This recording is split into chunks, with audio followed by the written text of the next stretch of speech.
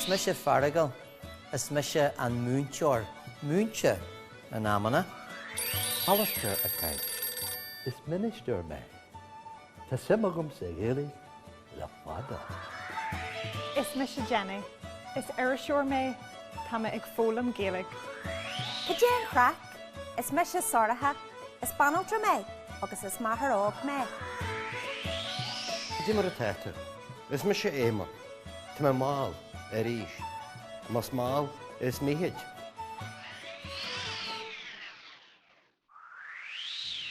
Tá tú an ama Éamann? Tá leoga. An rud is anú is intach. Ní hiigim. An rud is anú is intach. That which seldom happens is wonderful. A wee bit like it's a turn up for the books. So of course I was being sarcastic because Éamann is on time for once. And rud is anú is intach. Ní hiigim leoga. Mai hu, ceist wai. Indeed, tá leoga, indeed I am, late, éist. Tá tú an ama Éamann? Tá leoga. Oh, take a minute. Tá go mai. Time to get emotional. Do you remember all the feelings and emotions that we covered? They're always on you in Irish, which is quite good because it implies you can throw them off when you want to. A couple of examples. Tá luchar orm, I'm delighted. Tá Gioma orm, I'm disappointed. And the way I'm going to judge whether you remember them and understand them is by your facial expressions. Jenny. Tá agus orm. Whoa, my hen. Tá agus an dóin orm. My hen ceart. A Éamann. Tá ugla orm. Ceart go leor. Tá ugla an dóin orm. Éamann, you didn't even have to change your face for that one. Éamann Bart. Alastar. Tá Sorcha orm. Agus tá Sorcha an dóin orm.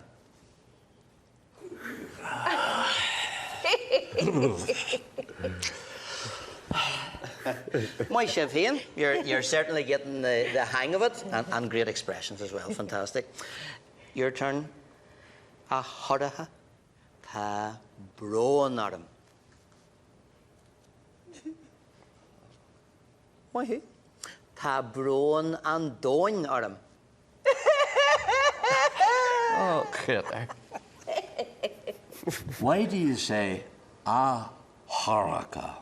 Ceist why, my who? When you're speaking to someone in Irish or addressing them, you put an a in front of the name.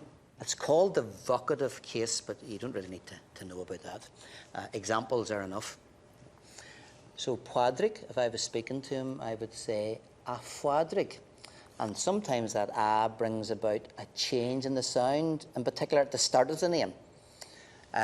Shan, a Chain, Moira, a Waira, Sorcha, a Choracha.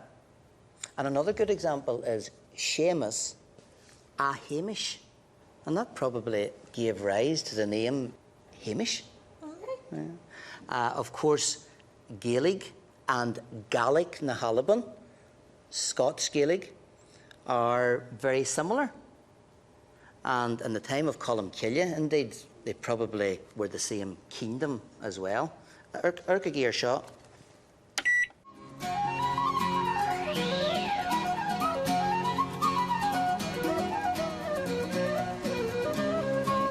An nás agus star idir an áit seo agus an ábhar. Níl eile íle ach 4,000 tras na Fearghal sin, agus a lá bra is féidir í aigeal go somra. Is léir ó scéalta in macúil gur ó buint sa bheith a sóliaach ag an áit seo leis an ábhar. Ach tá ná star Ríomhphost.